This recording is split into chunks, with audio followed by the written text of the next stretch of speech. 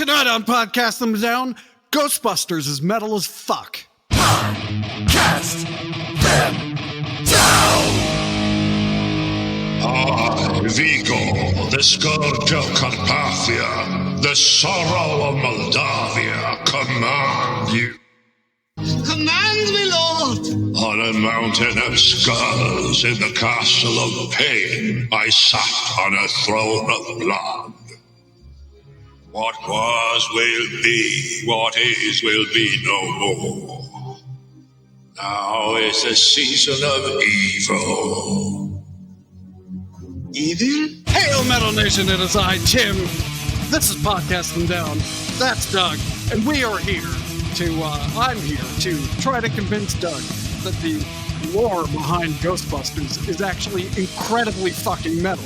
And we could just stop now, because that audio clip from Ghostbusters 2, when the painting is talking to the weird European guy. And I can't believe I have to be the heel. Yeah, Fuck. well, I'll try. You could just agree with me. No, Ghostbusters ain't metal.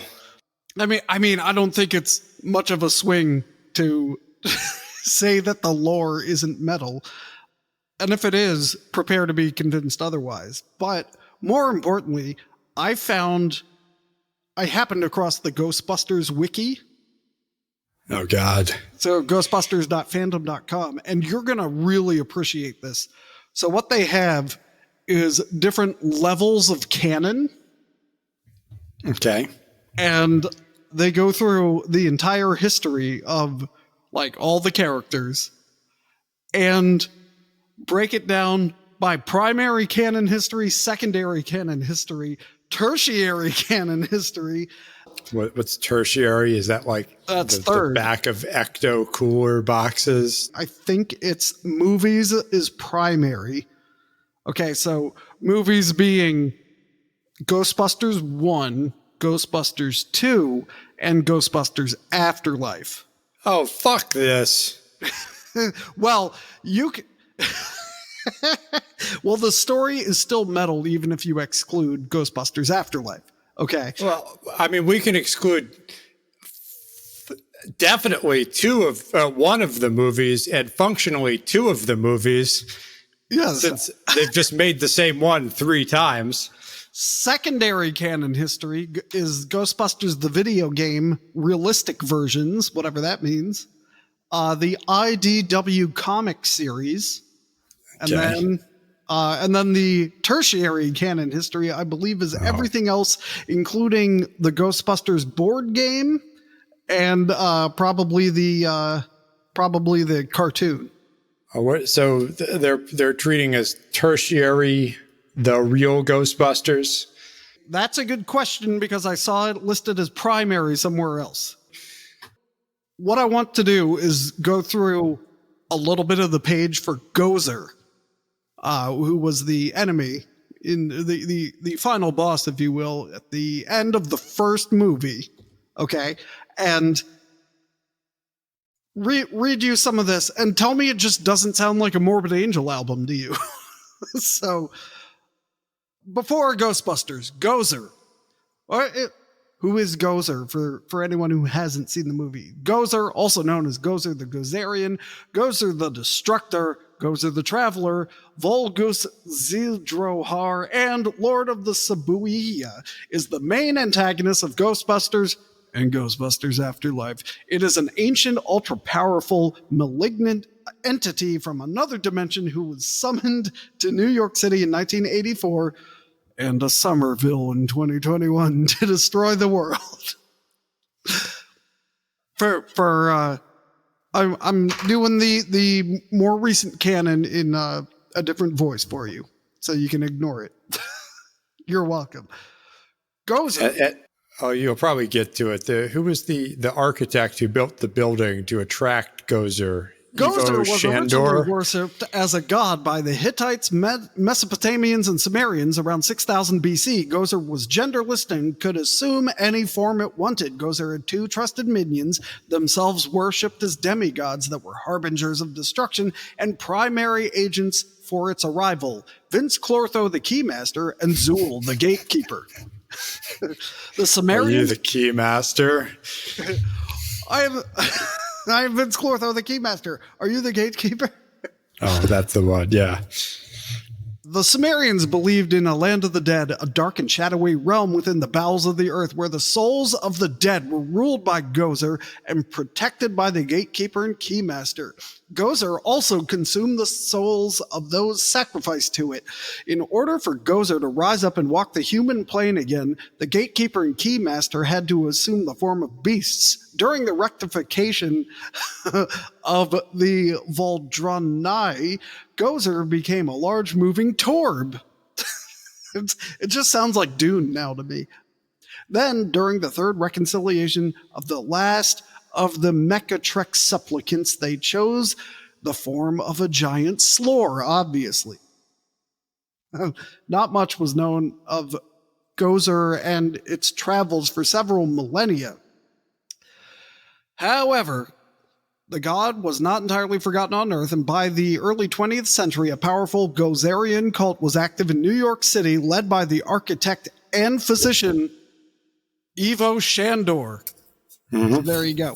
Following the end of World War I, Shandor decided that humanity was too sick to survive, and throughout the 1920s, he and his cult built an elaborate paranormal mechanism in Manhattan with the intent of summoning Gozer back to Earth to destroy it. The cult conducted a number of bizarre Gozerian rituals on the roof of the 550 Central Park West building, which Shandor had designed as a superconductive antenna for pulling in and concentrating spiritual turbulence. A second entry point existed in Somerville inside the selenium mine previously discovered by Shandor.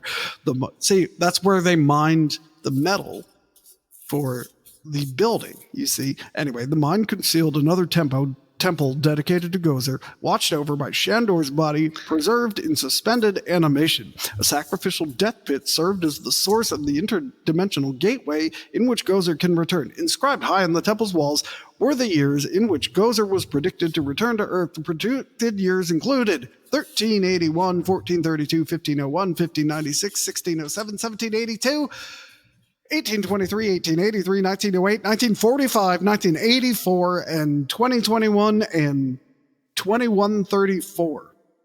And then... Okay, so yeah, we'll get Ghostbusters 4 or 7 or 6 in that year. Well, you know, 1945, obviously Atomic Bomb, 84 was... that movie, 21 was the other movie. I wonder if these other dates have any significance. All right, are there footnotes here? Because this is not all in those two movies. There are references, but again, this includes the video games, which fleshed out a lot of the backstory and like oddly connected all the like the second movie to the first movie as well, because like the slime had something to do with Evo, and you conveniently get to go to all of the locations again. Who would have thought the same places get haunted by different ghosts at different periods, but only those places. And so they, oh man, there was quite a lot about Ivo Shandor as well, and he was a ghost for a while apparently. That would track. I mean. Yeah, he seemed to have a restless soul. And then, so Gozer, shapeshifter, you know, eventually comes back as the Stay Puft Marshmallow Man, like as the avatar of destruction, right? But then in the new movie, in Afterlife, there was little Stay Puft Marshmallow Man. You know, because you have to take something and make it the opposite. That's why they had Baby Yoda. What's the opposite of old Yoda? Baby Yoda. Yeah, and you know the first half of that movie was fine. What, until they got out to the country? Well, whatever they started remaking, maybe that was like even 2/3 of the movie. As soon as it just turns into Ghostbusters, it died. But I mean the brilliance of Ghostbusters is it shouldn't work, right? At all. but you got this funny cast and this super tight script that is a comedy script, but takes the whole mythos so seriously. And a lot of that comes from Dan Aykroyd, who is a descendant of spiritualists and is crazy, and at some level believes all this stuff, not these specific facts, but the concepts. And it's just a total work of alchemy. A special effects driven tentpole comedy. Who would have heard of that? That turns into, Men in Black. It has spawned something, but that first movie is just a work of genius. The first time I saw it, I was too young to have seen it. And you didn't know it was meant to be funny. I was going to say, I didn't realize it was supposed to be a comedy. Yeah, exactly. Until I was much older. Because the lore is so done. So well done. And when you're a kid, especially, a ghost being kind of a green thing, it all just works. And because it is pretty scary. There are a lot of, like, if you watch that opening scene, if it wasn't for the Ray Park Jr. song kicking in, that scene is terrifying. Yeah, it is. I don't remember the episode, but what still gives me nightmares is, and I understand now that how the degree to which it's ripped off of The Shining and things, but there's a haunted house episode of the cartoon with the hedge creatures from The Shining. Right. That I can't even articulate the plot, but it still terrifies me. That point of order, that wasn't in the Kubrick film. Yes. Okay, so let's quickly, just briefly, move over to the Cult of Gozer. All right. This is out of the secondary canon history. And again, I'm not sure where all this comes from. I assume this is the comic books. Anyway, the first known reference to Gozer the Gozerian is a brief phrase in an Egyptian legend believed to reach back to the end of the Middle Kingdom, 2040 to 1650 BC. This particular chronicle, dated to approximately 1600 BC, warns about a powerful deity of the Hyksos known as Zul, or the gatekeeper, minion of Gozer. The menace of Gozer did not end with the passing of the Hyksos. The Egyptians overthrew their masters in 1567 BC, though its worshippers remained quiet for more than 3,000 years. Hawthorne Bent, another fanatical Gozer worshipper, founded the Alnwick School in 1871. The ruins of Alnwick can still be seen rising from the English moors today. The most striking feature is the odd pyramid-like shaped roof of one of the buildings. One also notices the strange stone arch that is the entrance to the ruined school grounds. On one side of the arch crouches a large stone statue of a deformed dog. The other side of the arch is empty, making for a curiously unbalanced structure. The school was a front for a Gozerian cult. Statements which the poor students made to investigating officers, as recorded in county court records, indicate that Bent trained each of his charges in the sinister practice of Gozer worship. Blah, blah, blah. It goes on for quite a while, but you could either take this as the premise for the next season of Wednesday, or that's totally a metal song right there. Yeah. It's basically H.P. Lovecraft light. They do go up against the old ones in the cartoon. Oh shit, really? They directly do. So I think you have the makings of the entire body of work of the death metal band here. I think it can be done. It should be done. I just don't have time to do it.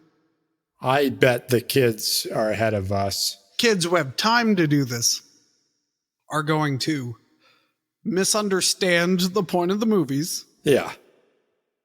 And botch the death metal band. The correct read of the first movie, which I think is lost on people, is they're grifters. Yes, ghosts exist. Yes, they use grants or whatever from Columbia, wherever they were teaching, to finance this stuff. But it's all a lark, It's a scam. Where are the ghosts in Baltimore? But it just happens that New York, right at this period, is haunted by overly saturated with ghosts, all being sucked in there because of Ivo Shandor and the Gozer cult, and they're accidentally heroes. I mean, you're not wrong. It was a one-off. So I've convinced you and our audience how great the lore is, and I will not listen to any comments to the contrary. Anyway, just to wrap it up, this will be my side project, the Ghostbusters death metal band. Probably call ourselves the Gozerians or some kind of a reference to the cult or something. Join the Patreon so I can afford to release this thing. All right, until next time, Metal Nation, shortly before your head dies, make sure you subscribe and listen and twist the bell and so forth. Cast them down. And listeners, do not expect to review a Frozen Empire from this channel unless Tim surprises me on that too.